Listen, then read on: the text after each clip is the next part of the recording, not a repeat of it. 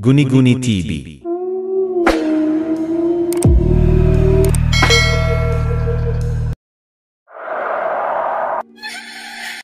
Magandang araw po sa inyong lahat. Sana magustuhan niyo ang kwentong ibabahagi ko sa inyo. Noong dekada 90, nagbakasyon ang pamilya ni Mang Ruben sa isang liblib na bayan sa gitna ng kagubatan.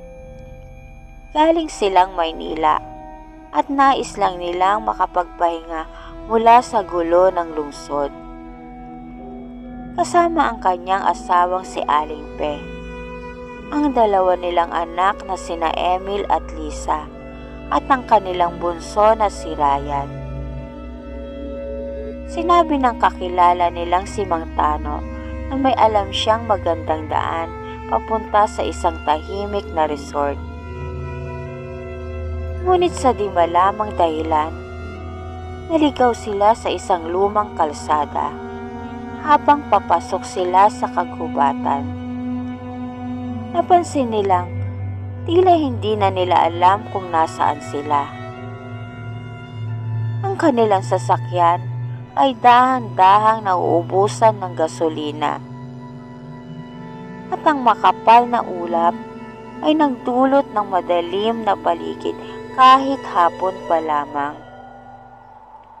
Hanggang sa makarating sila sa isang maliit na baryo na tila iniwan na ng panahon.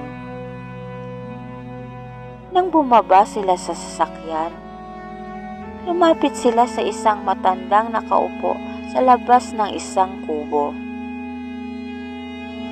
"Magandang hapon po, Lolo," magalang na bati ni Mang Ruben. "Maaari po bang magtanong kung paano makakalabas dito?" Tahimik lang na tumingin ang matanda sa kanila at bago dahang-dahang umiling. "Hindi na kayo makakalabas bago gumabi." Nagtaka si Mang Ruben. "Bakit po?" Hindi sumagot ang matanda. Ngunit isang babaeng may edad rin ang lumapit sa kanila. "Dito muna kayo magpalipas ng gabi," ang sabi niya. "Delikado ang daan kapag lumalim na ang gabi." Walang ibang pagpipilian ng pamilya, kaya sumang-ayon silang manatili sa baryo. Pinatuloy sila sa isang lumang bahay at binilinan. "Ano man ang mangyari, huwag kayong lumabas ng bahay pagpatak ng hating gabi." Pagsapit ng 12:00, tahimik ang buong baryo. Nakahiga na ang pamilya ni Mang Ruben, ngunit hindi siya dalawin ng antok. May kung anong bumabagabag sa kanya.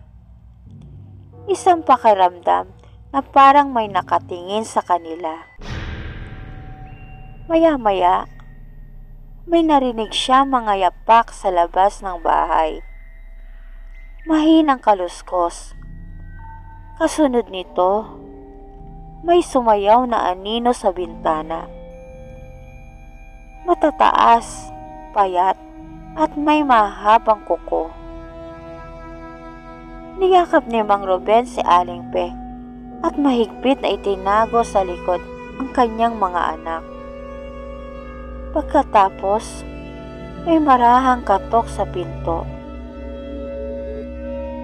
"Magandang gabi mga panauhin," mahinang bulong mula sa labas, paos at malamig. "Alam naming nandyan kayo, nagugutom kami." Biglang lumakas ang hangin sa labas.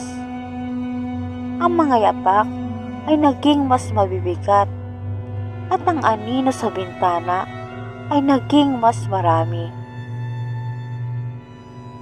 Napatalon sila nang biglang humampas ang isang malakas na kamay sa bintana. Nag-iiwan ng malalalim na galos sa kahoy. "Pa, ano yun?" Bulong ni Emil at nanginginig. Hindi sumagot si Mang Ruben. Hinawakan niya ang isang kahoy na panggatong. Nagbabantay kung sakaling may pumasok. Biglang naputol ang kahoy ng barandilya ng bintana at unti-unting bumukas ang siwang. At mula roon, isang pares ng pulang mata ang tumingin sa kanila. Isang aswang. Itinapat ni Mang Ruben ang ilawan at nakita niya ito ng buong buo, payat na katawan, balat na parang tuyong kahoy at mahahabang kuko at ng bungangang punong-puno ng matutulis ng ngipin. Huwag kayong matakot, bulong ng aswang at nakangisi. Hindi kayo mahihirapan, saglit lang ito. Napaatras si Mang Ruben. Alam niyang hindi siya mananalo sa nilalang na ito. At sa isang iglap, tumalon na papasok ang aswang. Ngunit bago pa ito tuluyang makapasok, isang malakas na suntok ang lumipad mula sa dilim at tumilapon ang aswang palabas ng bahay. Mula sa anino, lumitaw ang isang matangkad na lalaki na may matalim na tingin at maputlang balat. Umalis kayo rito, matigas na sabi nito sa mga aswang. Alam niyo ang patakaran. Napaatras sa mga aswang na nagngingit-ngit. Nagugutom na kami, Gabriel, ang sabi ng isa. Hanapin niyo ang inyong pagkain sa ibang lugar, ang tugon ng lalaki. Isang araw, hindi mo na sila maproprotektahan, bulong ng aswang, bago mabilis na naglaho sa kadiliman. Naiwan ang katahimikan. Lumapit si Gabriel sa pamilya at tinignan sila. Huwag kayong matakot, ang sabi niya. Ligtas na kayo para sa ngayon. Kinabukasan, habang paalis na sila, tinanong ni Mang Ruben ang matandang babae tungkol kay Gabriel.